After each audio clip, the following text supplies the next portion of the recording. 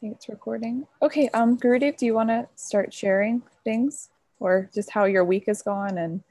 And yeah. There. Okay. Can you hear me? Mm-hmm. Well, nice to be with you all. Everything's good. Nothing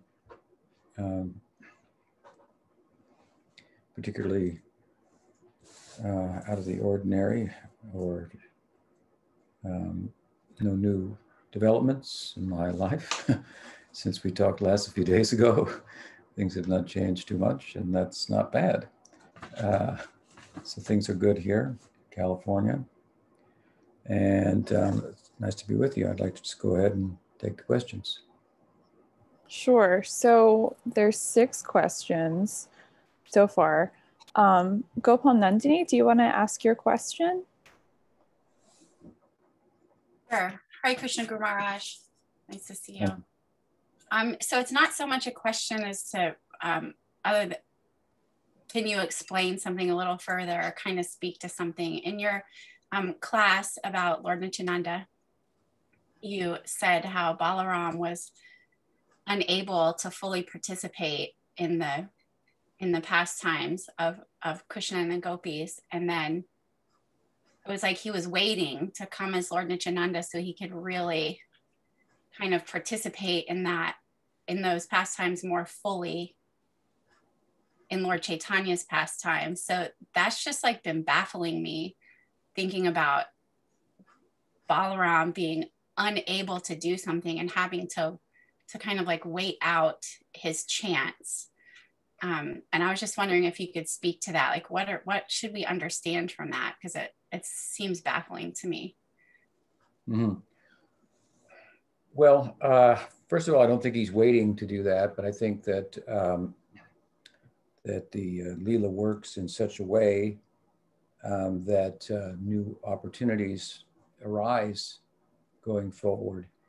I've often described the nature of Bhakti as a school of Vedanta, Bhakti Vedanta, the Vedanta of Gaudiya Vaishnavism, as one that is interestingly not only about being, like most schools of Vedanta are about, they're about being rather than trying to be, which is material life. We're trying to be fulfilled. We're trying to be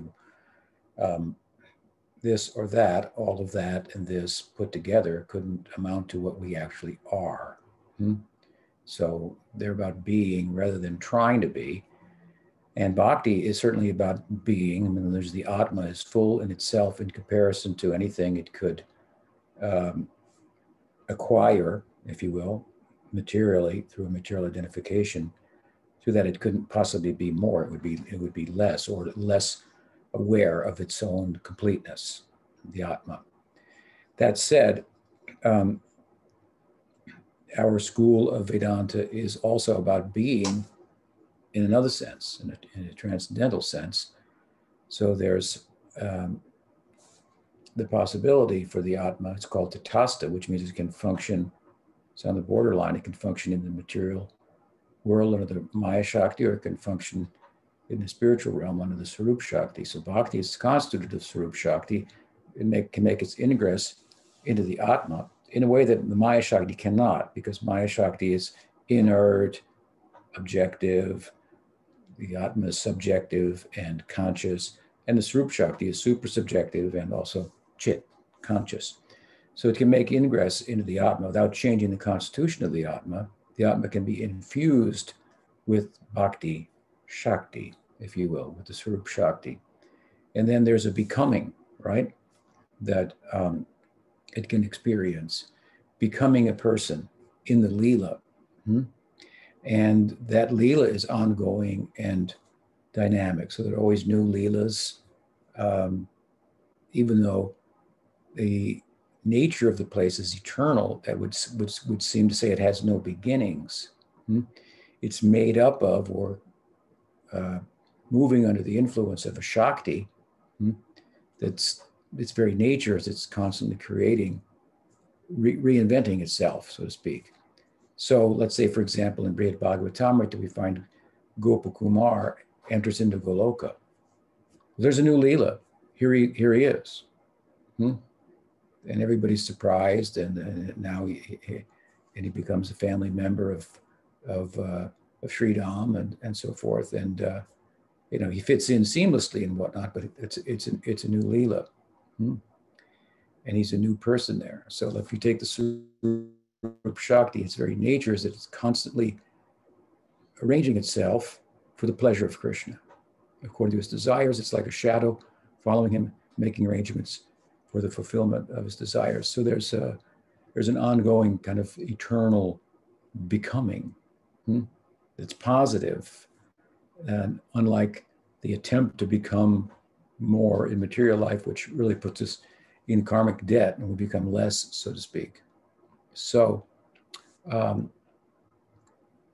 therefore, it's not that Balaram is waiting for the opportunity to participate in Gaur Lila. He's complete and full and fully satisfied in himself. But when a new opportunity presents itself, this being Krishna's pursuit of Radha's bhav that turns into Gaur Lila, well, he's going to follow along.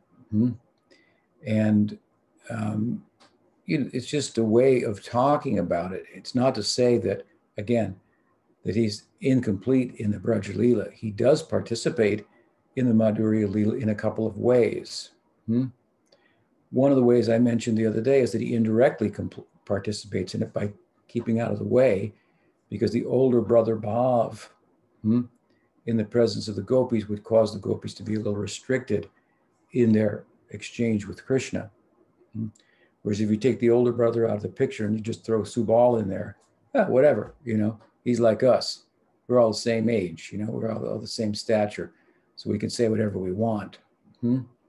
So in order that their loving exchange with Krishna will not be restricted in any way, Balaram stays out of the picture. But indirectly, by doing so, he's facilitating it. Like I said, he doesn't tell on Krishna. It's nothing he doesn't know, right? That Krishna's romanticizing with the gopis. While he may tell on other things. He ate dirt, But then in another way also, in his expansion as Ananta Sesh, of course, he's there as the flower bed of Radha and Krishna. How could you be less, it's pretty involved in the Madhurya Rasa indirectly. He has a Shakti Tattva. It's not him, but it's his Shakti, Ananga Manjari, who participates in the Leela, Madhurya Leela also. But he himself is presented with a new opportunity with Gaur Leela, so to speak. It's eternal, but we can talk about it with the limits of language and say it's a new opportunity. And this gives him an opportunity, as we know, to speak about the Madhurya Leela openly in a way that he couldn't in the Braj Leela. Broadcast it, bring attention to Chaitanya Mahaprabhu, why he came, and let people know that the opportunity for pursuing the kind of bhav that he himself is pursuing, of sorts, not exactly the same, but what Radha experiences is experienced by her manjaris as much as anybody could experience what Radha's experiencing. So he lets people know that, and so that's just another Leela. But the two Leelas are not like, they're happening at this, we could say a new Leela happens, but they're actually happening all at once. So the Gaur Leela is eternally existing, Krishna Leela is eternally existing. The Gaur Leela Prakat, or the manifest Gaur Leela in this world, is constantly repeating itself, and the Krishna Leela in this world is constantly repeating itself. So he's always participating in all of these things at the same time. But there's a way in which we could make the case that Gaur Leela is more complete in terms of aesthetic, possibility of aesthetic rapture of rasa than Krishna Leela. Krishna found some limitations in his own Leela, in the Prakat Leela.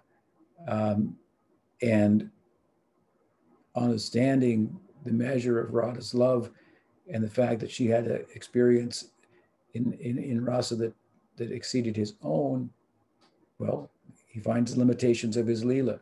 So the solution is another Leela. We've got to resolve the problem. And that's Gaur Leela.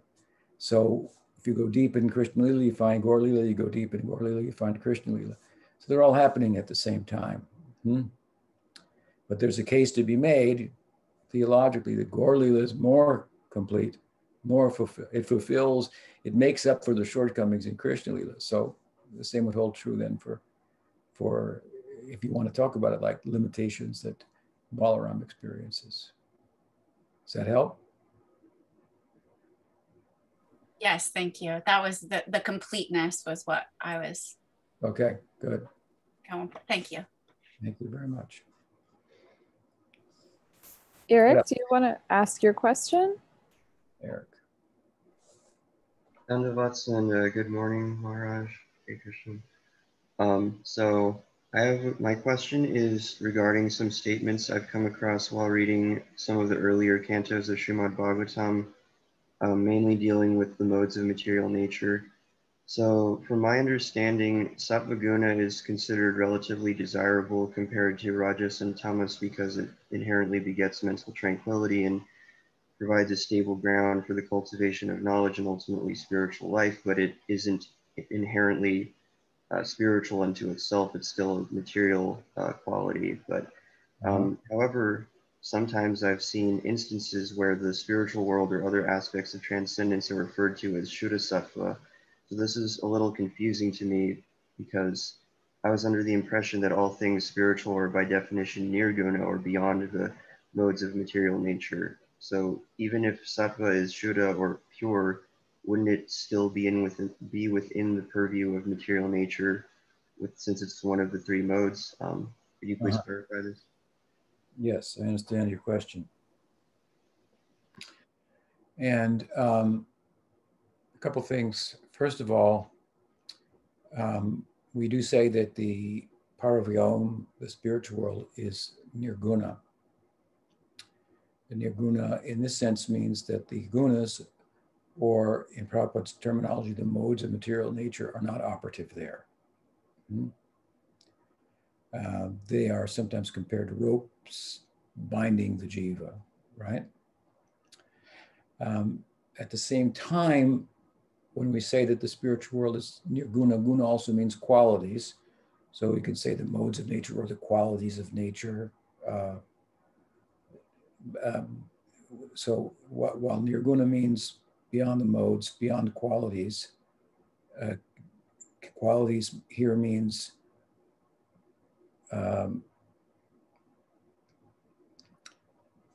differentiation and so forth. So while we say that the spiritual realm is nirguna, it means that it is beyond material differentiation, material qualities, because it is variegated in nature, and Krishna does have many qualities, good qualities, and he has form and so on and so forth. So there is it's determinate rather than indeterminate. It's differentiated. It's variegated rather than being nirguna in absolute strict sense. Sometimes when we say something has no qualities, sometimes the scripture says has no qualities, it means, if we look carefully at it, that no material qualities. I've given an example before that a disciple of mine once went home to visit his family, and his father said, in the refrigerator, I put all kind of food in there, make whatever you want, so he made a sandwich of avocado and cheese and lettuce. And so his father came in and saw him make it, and he said, aren't you going to put anything on it? Because if he didn't put meat on it, he kind of thought you didn't eat, But the disciple looked at the refrigerator as if it was, that was not, meat was there, but it wasn't edible. It's not, so, so there may be qualities, but certain things, but material qualities are not there. It doesn't mean that there aren't qualities there. So that's one thing about the spiritual world. But yes, you're right. It doesn't have any influence of sattva guna there, what to speak of rajaguna or tamaguna. But the term Suddha Sattva does not refer to the material mode of goodness, pure goodness. Suddha Sattva is Sudasattva Visheshatma Prema Suryamsu Samyabhak. To quote a verse of Rupa Goswami and Bhakti-rasamrita Sindhu defining Bhava Bhakti, he says that the ingress of Samvit and Ladini, the cognitive and the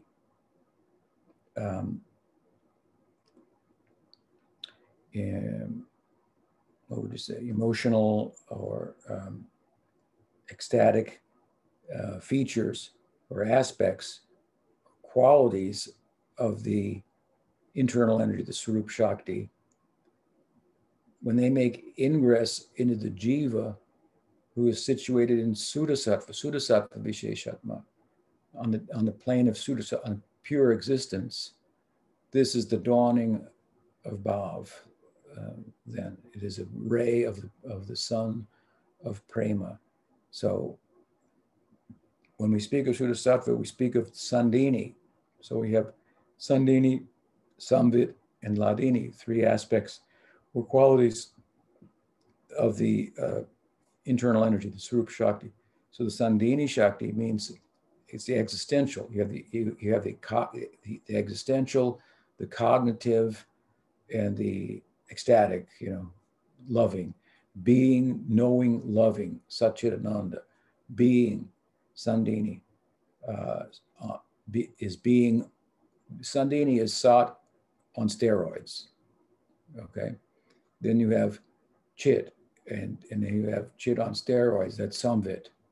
Then you have Ananda on steroids, that's Ladini. And so, I mean, you could be Satchidananda and have no Brahman is Satchidananda, but there's nothing going on there that like the extraordinary leelas, the charm and beauty of Krishna Leela, or even of Vaikuntha. So there, the Swarup Shakti is more prominent. So at any rate, it has these three aspects. So Sudasattva, purified goodness, does not mean some purified form of Raja, of Sattva Guna. It's a different Shakti altogether. It's not composed of anything that the Maya Shakti is constituted of, which includes Sattva Guna. It involves the spiritual world only that which is composed of the internal energy that has components that could be comparative.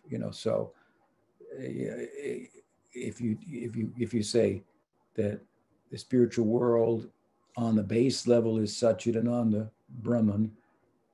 On the extension of that, it's Sandini, Samvit, Ladini. And the material world, under the influence of Maya Shakti, is Asat, Achit, Nir Ananda. So there's a difference. So Sudasattva does not mean the Sattva Guna. It means the internal energy that's presided over by Baladev. Therefore, I cited the other day, Tat Anantam Sa Sambhavam, Brahma Samhita, that Balaram through Ananta expands Goloka, manifests the Goloka, the Dham. That's the function of Sandini Shakti, that is, which is a synonym for Sudasattva or Vishuddhasattva. Very, very special existential content. Does that help? Yes, thank you. That's a very comprehensive answer.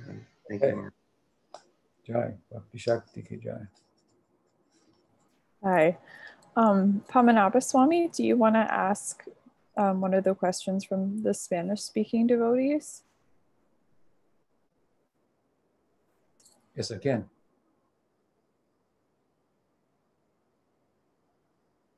Sí, claro.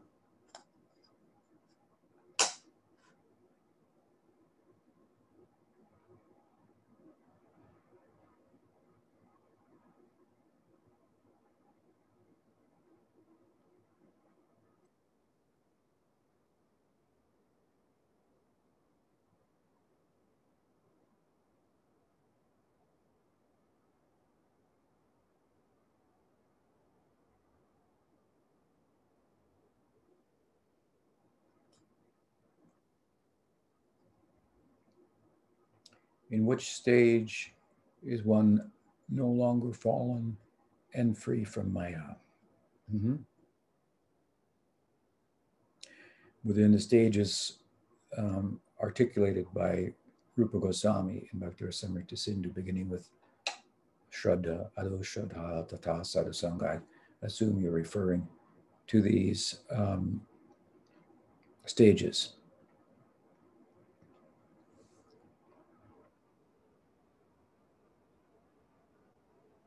Mm-hmm.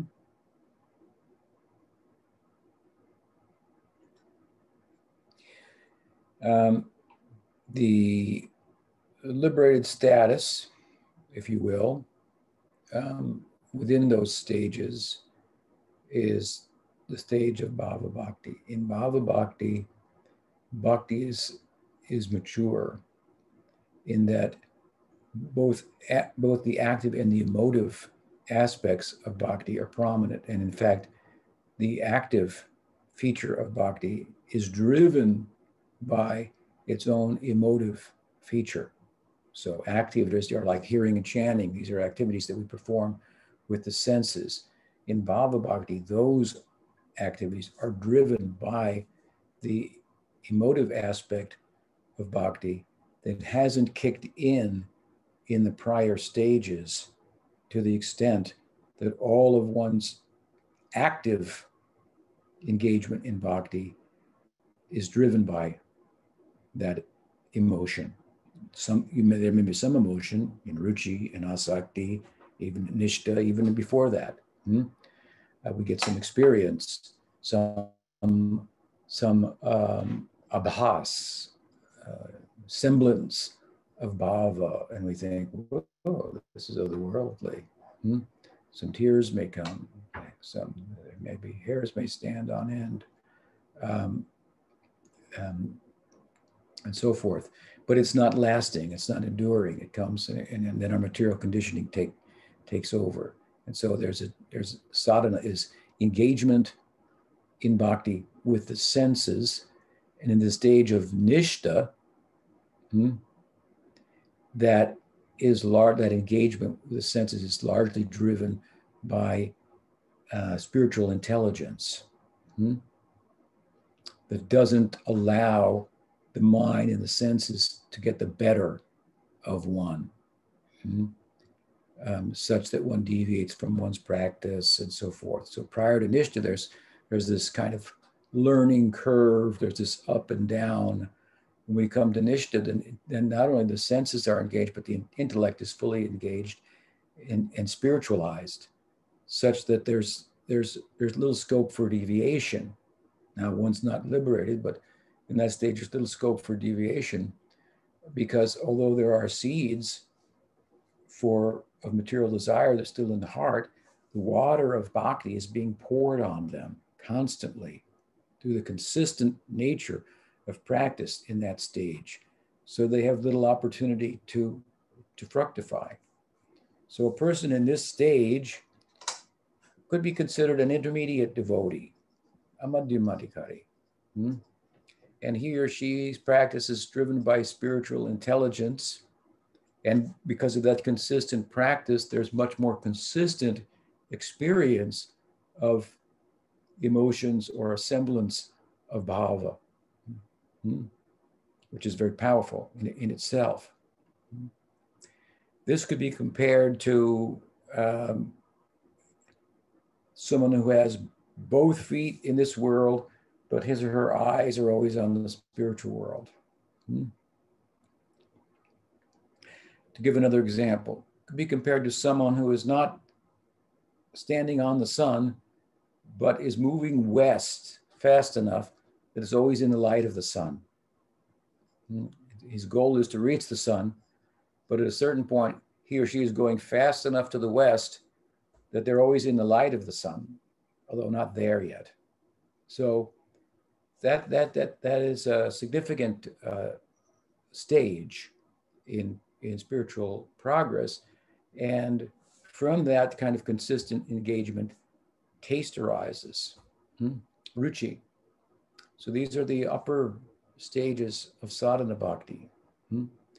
And in ruchi, the taste is specific in relation to a particular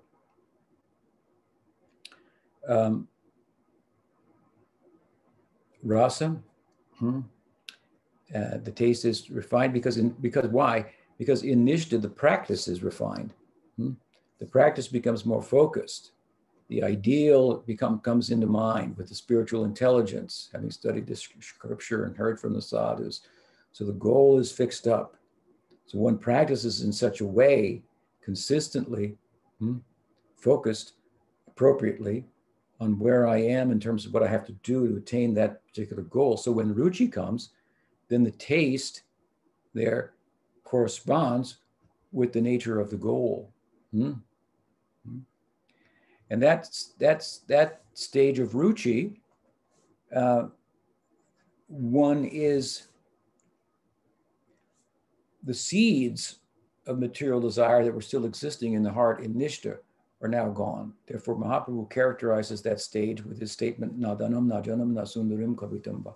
I don't have any desire for that which the world is driven by, Dharma, Artha, Kama. I don't even have a desire for moksha, he says. Mama Janmani Janmanishvare. Babatat Bhakti or Hoituki Tvai. I have a Hoituki, unmotivated desire for bhakti only. Bhakti for its own sake.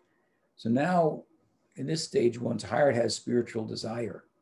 In Bhakti Vinod's language, in his Bhakti Tattva Vivek, he says one who's attained ruchi is a Shuddha Bhakta, a pure devotee.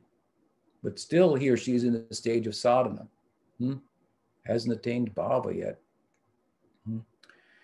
Pujyapat Sridhar Maharaj used to say, who's attained ruchi, that devotee is safe.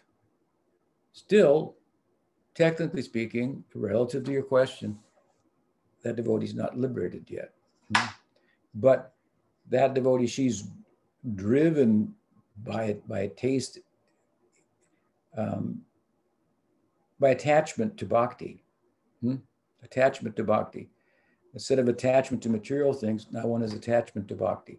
Now what results from that is the attachment in bhakti with a particular taste results in becoming attached to the object of love that bhakti corresponds with. So if it's Sakya Bhav or it's Madhurya Bhav, then there's a certain picture, if you will, of Krishna, or Krishna manifests in a way that corresponds with that bhava, that subjective vision, with certain qualities and so on and so forth.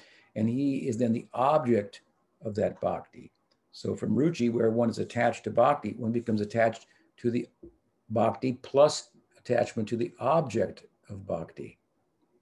Now, in the stage of going back before nishta, in anishta, when one's practice is not consistent, then it's not consistent because things come up in the mind, we have desires in the heart, and they take us out. We're chanting, but our mind takes us out. We find we're somewhere else. Oh, come back and chant. In asakti, the opposite is happening. So thoughts about Krishna are coming in relation to ordinary things. One's seeing Krishna where other people aren't. Like he sees some movement in nature, a tree falls, a deer moves, he thinks Krishna must have done that because of this and that. His mind just kind of goes automatically there. And other people look at him like, you're a little crazy. That tree fell because another tree hit it or something like that. Okay? So his mind is automatically going towards Krishna and explaining, looking at everything that happens as if Krishna's behind it, something like that. So these stages, nishta, ruchi, and asakti, and one progressively more than the other, are very advanced stages of bhakti. And they're all, beginning with nishta up to asakti, I think representative of a devotee who has, to use an analogy, both feet here, but his eyes are always there, or always, as I said, moving westward, always in the rays of the sun. Now it's possible by circumstance, a fence could occur, or something that one could fall from there, but it's unlikely. And such persons are in a good position to help others, and helping others may also help them as well. They would be stingy not to help others, not to share. And the sharing then in those stages that they're capable of doing, of knowledge about bhakti sambandha gyan, and affording others their association and thus their example, that sharing causes their own bhakti to grow. So typically we find devotees will be in a position of, let's say, sharing, teaching, initiating, and so forth, in this intermediate stage that we could say covers these three, nishta, ruchi, asakti. When one now goes beyond asakti, enters into bhava bhakti, then he's liberated, she's liberated. But in bhava bhakti, there's a sadhana, the culture of that bhava, that results in prem, which is the culmination. So there's a beginning to bhava and an end to bhava, bhava ending in the stage of prem bhakti.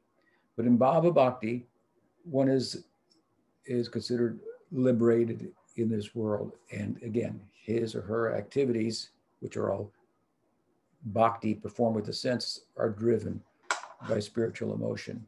When we give the three, that could be seen, to follow the analogy, someone in bhava bhakti as a person who has 1 foot here and 1 foot there. Earlier we had 2 feet here and the eyes were there. Now 1 foot here and extending another foot there.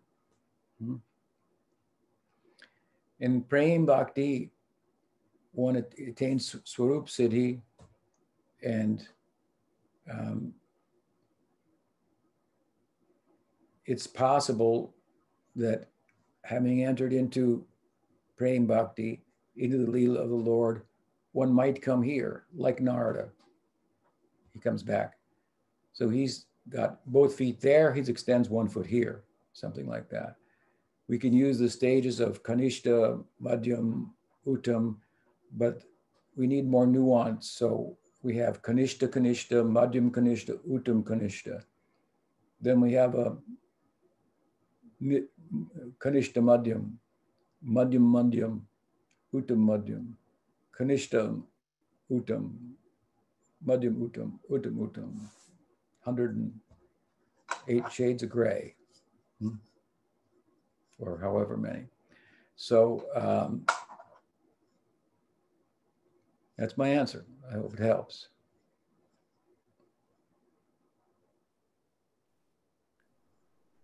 Okay. Pamanabha Swami, do you want to ask the other question from the Spanish-speaking devotees?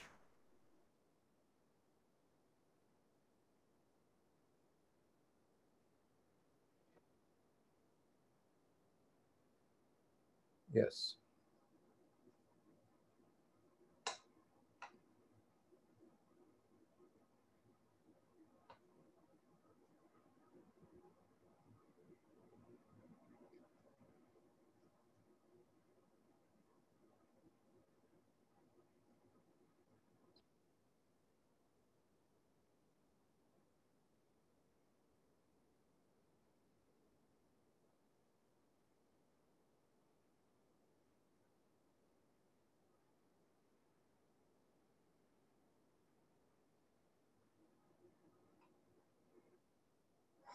So how should we, members of the Bhaktivinoda Paribar, look at the lineage coming from Nityananda Prabhu? Prabhupada seems to have said that we should keep a distance from that line.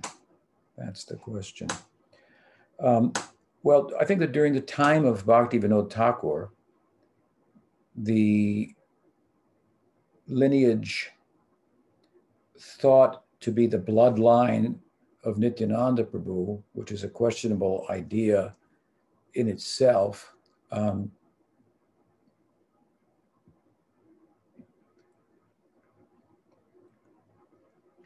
But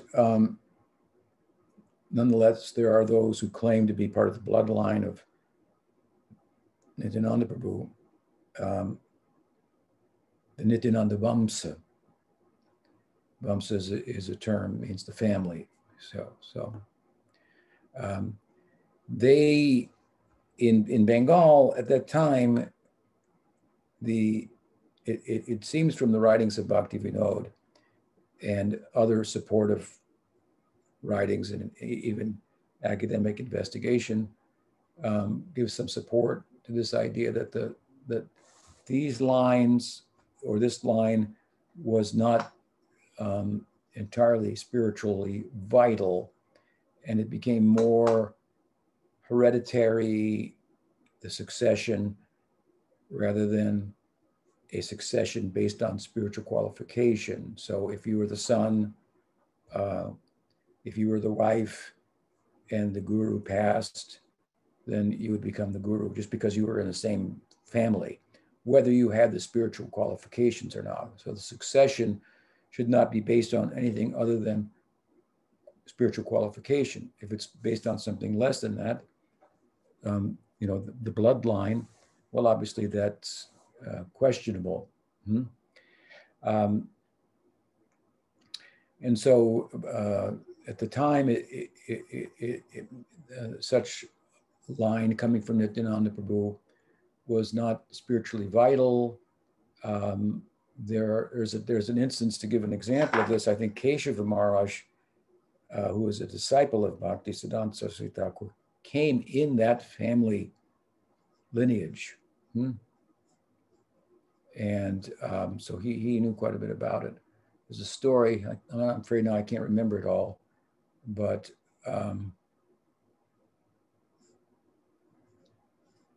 he made I think he wanted to accomplish something for the mission, and he was met with some opposition, perhaps by some administrative powers. And so then he invoked the fact that he was a blood in the bloodline of Nityananda Prabhu. And so he said, I'm in the bloodline of Nityananda Prabhu, and if you drink my urine, you will spiritually benefit. And the fellow said, oh yeah, if you're in the bloodline of Nityananda Prabhu, then you're okay, go ahead, here, I'll sign the paper, something like that. And again, just kind of paraphrasing, but so it illustrates the extent to which people in general, simple people, were uninformed.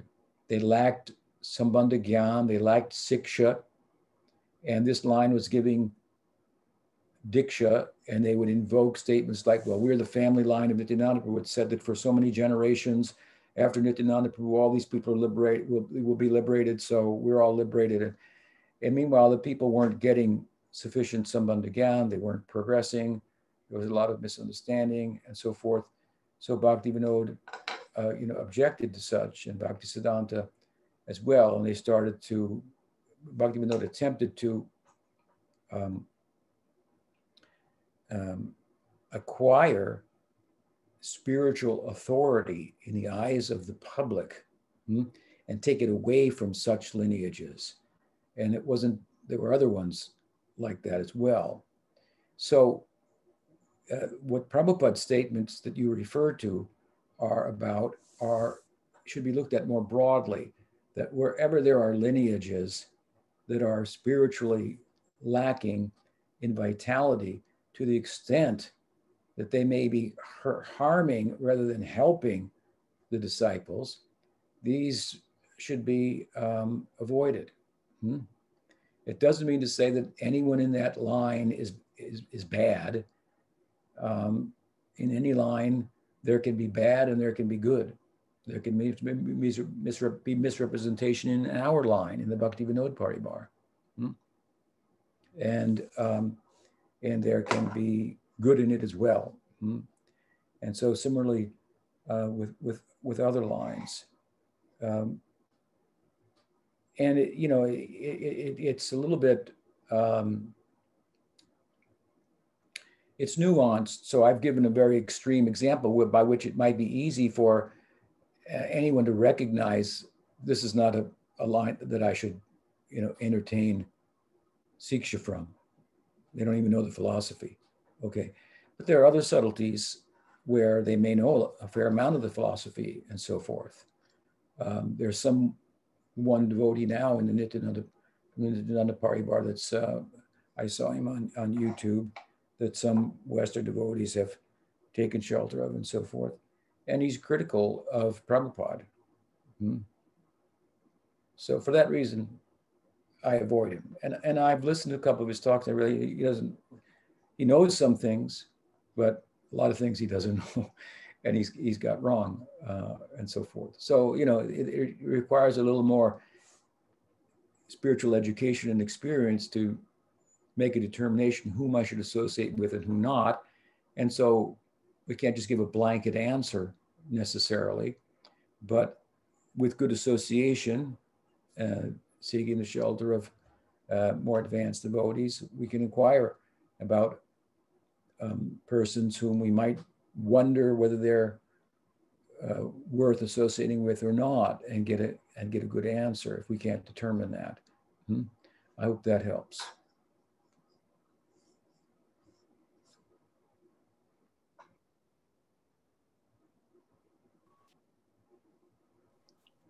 Taras, do you want to ask your question? Well, it wouldn't be complete without a question from Taras. Hare Krishna Maharaj. The question would be like this. Devotees, they are doing service to Krishna because they are driven by bhakti, or in other words, they are driven by Radha. And in your lectures, I have heard that if the bhakti is in your heart, so that means that Radharani is in your heart. So the question would be about Balaram. He is doing his service to Krishna also.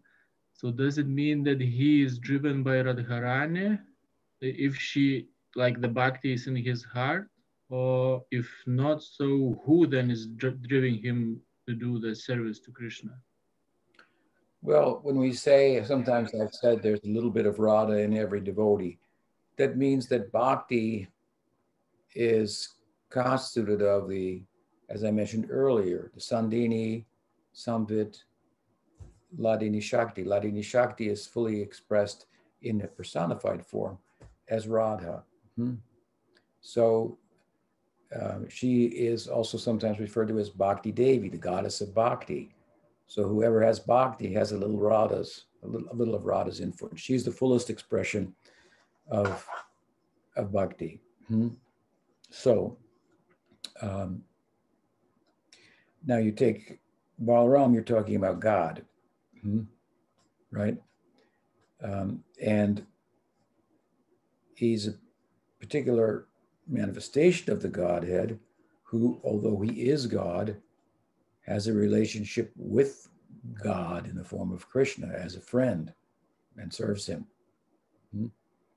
So although he's ontologically the Vishnu Tattva, in some respects, he's acting like Shakti Tattva, serving Krishna. He's the object of love also, that's true, but he's also an example of love in the form of Sakyabhav. So peculiar. Yeah. But yes, I mean, and we would say that he is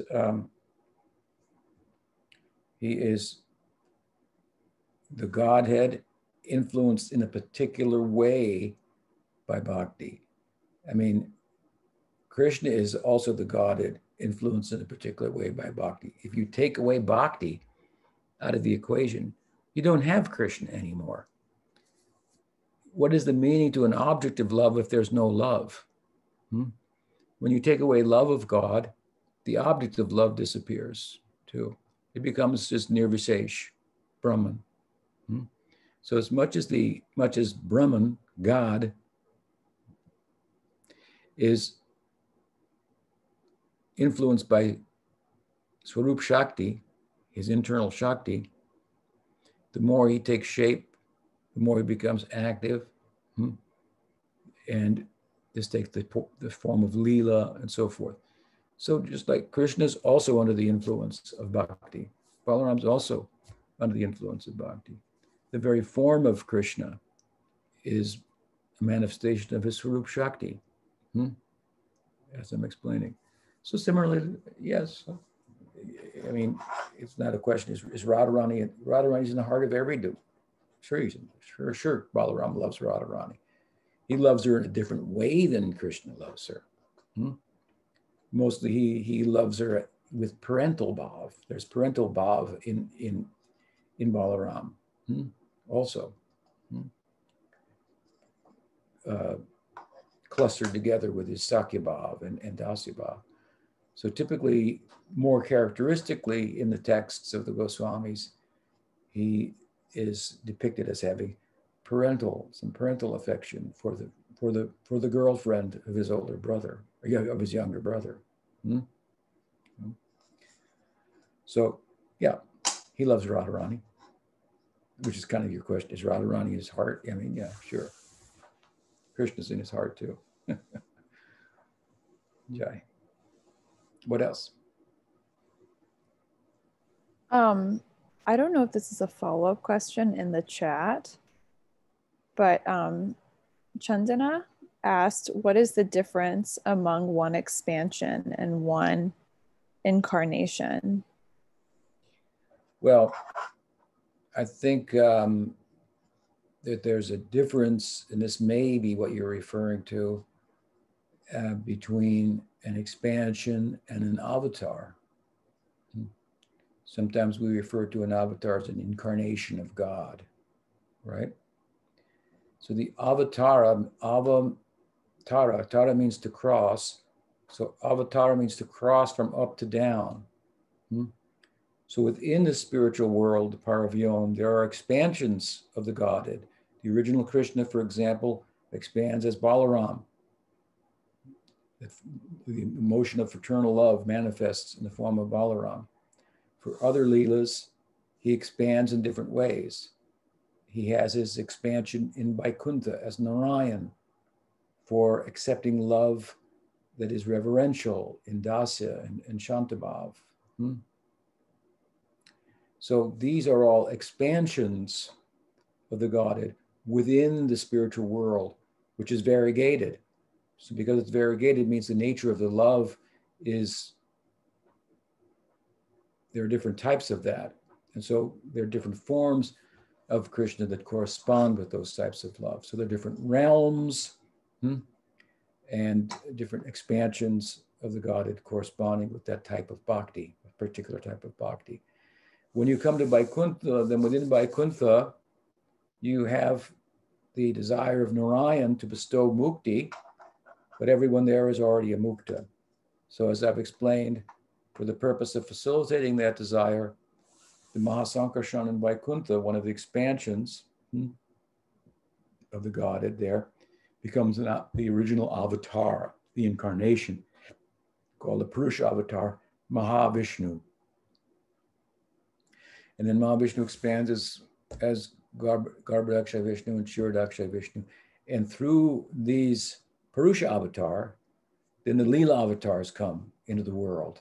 And the Guna avatars and the Yuga avatars. So all these are avatar. They're all crossing from up to down. So they're existing in some form in the spiritual world, and then in the form they appear in the material world. That's an incarnation. And before doing that, or when they exist, when they function only in the Paravyom in the spiritual world, then they're considered a prakash, an expansion. So let's look at the Panchatattva, for example. We have Krishna Chaitanya himself, who's the original Godhead. Then you have the original expansion for pastimes, Nityananda, who's Balaram. And then you have the original avatar, who's Advaita, Mahavishnu, first avatar. Then of course you have the Shaktis of Bhakti Shakti as Gadadhar and Tatasta Shakti as Shivastakur. So you have everything. That's a further subject. I hope that answers the question. The difference between expansions and incarnations. Here I'm referring to incarnations as avatars. What else? Sumati, do you want to ask your question? Guru Maharaj, the other day when you were speaking about Lord Nityananda, and you were saying how he was taken as a child from the home of his father by a sannyasi. And I think you mentioned that the sannyasi was Lakshmipati Tirtha. Then I was reading in a magazine that Madhavananda Prabhu puts out, and he was saying that Gaur Govinda Maharaj said that sannyasi that took Nityananda was Lord Chaitanya's older brother who had left home, Vishvarup. I can't remember his sanya, Shankar Ananya, maybe was his sannyasi name. Yeah. And then I read that Srila Sridhar Maharaj said that the sannyasi that took Lord Nityananda was Madhavendra Puri. So, first of all, I didn't say that the sannyasi who took Nityananda Prabhu was Lakshmipati Tirtha. Some people, I might have said some people make a conjecture like that, possibly. Some say Madhavendra Puri. I never heard the Shankar Aranya one. Yeah, I never heard that before either. That's a new one. What I did say was that we don't know who the sannyasi was. We hear from Bhakti Ratnakar, which is the first kind of historical book from within a group of devotees about the history of the devotees of Chaitanya Mahaprabhu and what happened to them after the passing of Chaitanya Mahaprabhu and so forth. In that book, it's related, as I mentioned, that Chaitanya Mahaprabhu met Nityananda Prabhu met Lakshmipati Tirtha in Maharashtra, Pandrapur. Oh, right. So he met him there. So based on that account, he would not have been the sannyasi who took him from his home. Sridhar Maharaj once said maybe it was Madhavendra Puri. I don't think that would be. I wouldn't agree. I wouldn't come to that conclusion. It's a possibility. I wouldn't come to that conclusion. And there's no evidence to support it, but it's not an unreasonable conjecture. As far as the conjecture of Gaur Govinda Maharaj, that does not seem well founded. And I've, of course, never heard any support for that. It would have been very significant and worth mentioning. It's stated in Chaitanya Charitamrita that he went south. That's true. And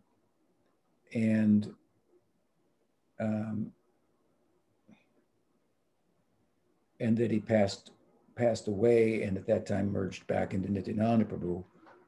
But I don't know of any scriptural evidence to support that. I mean, it's another conjecture, but I wouldn't make that conjecture myself. I don't fault him for doing it, but so we don't know. Some unknown sannyasi. Fill in the blank and give your reasoning, and we'll consider it. What else? I see here's a question from Lanishta. Matajis, it said, devotees, as if the two are different. I have a question. How can one keep the path of seva to cultivate bhakti once we have realized there is a personal benefit by serving pure devotees? How can we find a way now to see a personal gain?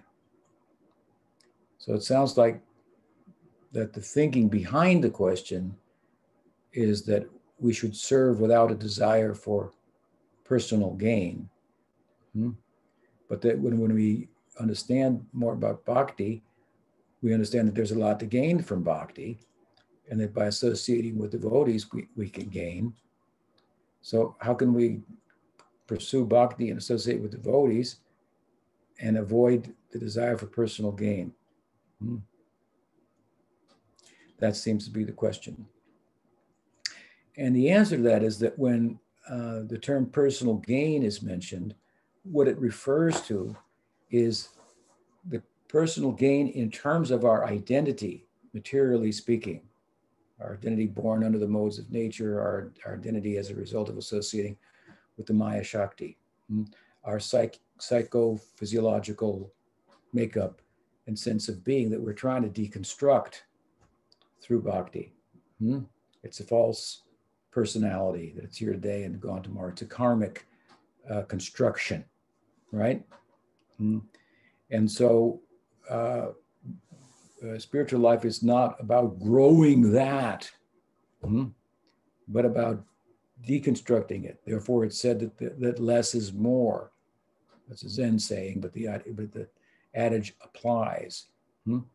Material acquisition, material gain, material profit, distinction, profit, adoration, and so forth.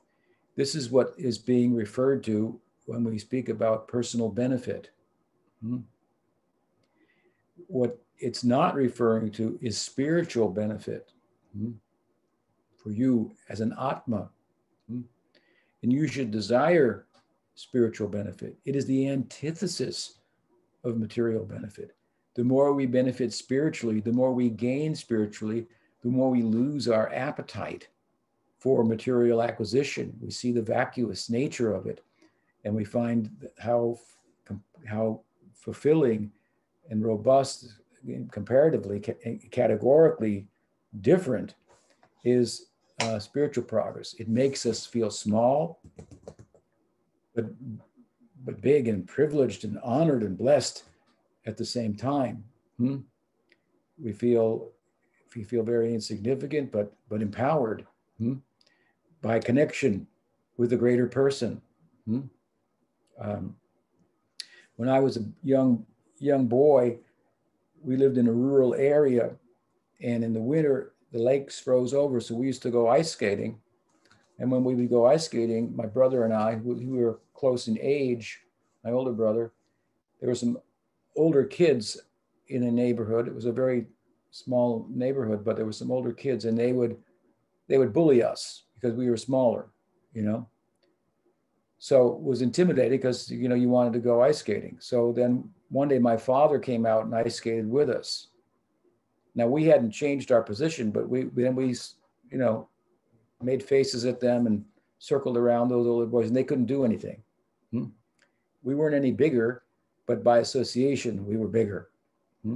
So the Atma realizes how small it is through the culture of bhakti, and how great is its prospect. So there's even a pride in bhakti, proud to be a humble devotee, that I'm considered a humble, insignificant member, and proud to be somehow connected with this sampradaya and this opportunity. So we want spiritual benefit. We want spiritual progress. That is the antithesis of material progress. We shouldn't misconstrue the desire for spiritual progress to be what is being referred to when we say that we should do bhakti without any gain. We should do bhakti to gain more bhakti. We should be greedy. Even the term greed is used. Bhaktivinoda Thakur said we should beg, borrow, or steal to get a taste of the holy name. So you got to be pretty ambitious, if you will. When I find somebody that's a little pushy to get association, I find it a little attractive. But he comes and pushes himself a little bit. It's got some positive, drive, to progress in this field. So that's how to think about that. Yes, we want personal spiritual benefit. So with that, we come to an end of the session, and I think that's the last of the questions too. Yeah. Good timing. Yeah. Thank you so much for all your answers. You're very welcome. Thank you all for the questions. I hope to be with you again next week.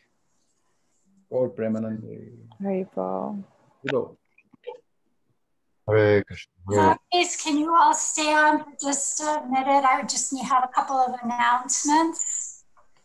So starting in March, I think March 8th, there's going to be more opportunities for hearing every day.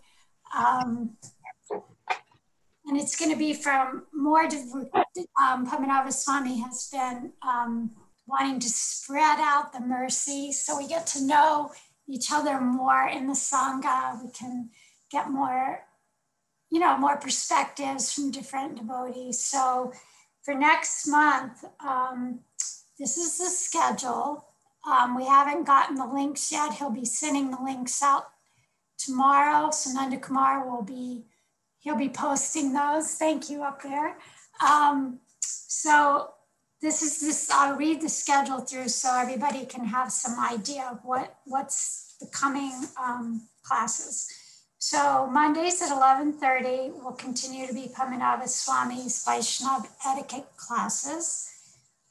Tuesday at 11:30, Ashram Swami will be doing Sharanagati, the Path of Surrender. It's a new series that he'll be doing in March. Wednesdays, 11:30, Dulal Chandra will be doing Krishna Sandarbha. Thursdays, 11:30, Padmanabha Swami, Vaishnava etiquette. Those are his same 2 days that he's been doing. Fridays, Rigupad Das will be doing Mana Shiksha, instructions to the mind. And on Saturdays, 11:30, Gaura Sundar will be doing an overview of Srimad Bhagavatam, Canto 1, Chapter 2. And Sundays, of course, we'll have our usual Q&A with Srila Devi Tripurari Swami. So lots of opportunities to increase our hearing, which will increase everything else if we're hearing more. And then the other announcement for next month to put on your calendar is that on Gaur Purnim, Guru Maharaj will be giving class at 11:30 Eastern Standard Time. And also March 27th, which is his Vyas Puja Day, he will be giving class at 11:30 Eastern Standard Time. So those are the updates for the Sangha. And I was gonna ask devotees, this is just kind of my own curiosity and something that Padmanabha Swami and I are going to speak about when he comes here. We're really trying to tap into the needs of the Sangha as a community. We want to be able to help build relationships and just increase the sense of community that we have. So if anybody has any requests or ideas, they can email me at archanacity@yahoo.com. I'm putting it in the chat. Okay, thank you. So that would be great. I'd love to hear from you all. And we'll try to, honor people's needs as much as possible going forward. So my dear devotees, thank you so much for being on, and thank you, Radhana, for doing a lovely job of hosting. Thanks. You wrap it up? Okay, I guess I'm just gonna stop recording everything. Okay, thank you everyone for coming. Very nice. Yeah, Archana with an H, her email, yeah. Not with an H. It doesn't have an H in it? It doesn't have an H in your email? Because I know sometimes you'll spell it with an H and sometimes you won't. Oops.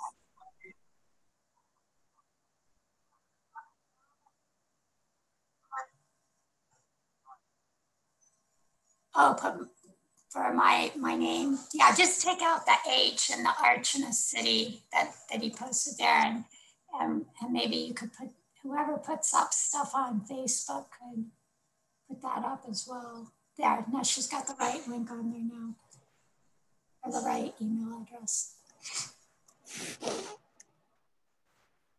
So we'd love to hear from you all, so don't be shy. Hare Krishna, Archana City. Hare Krishna. Hare Krishna.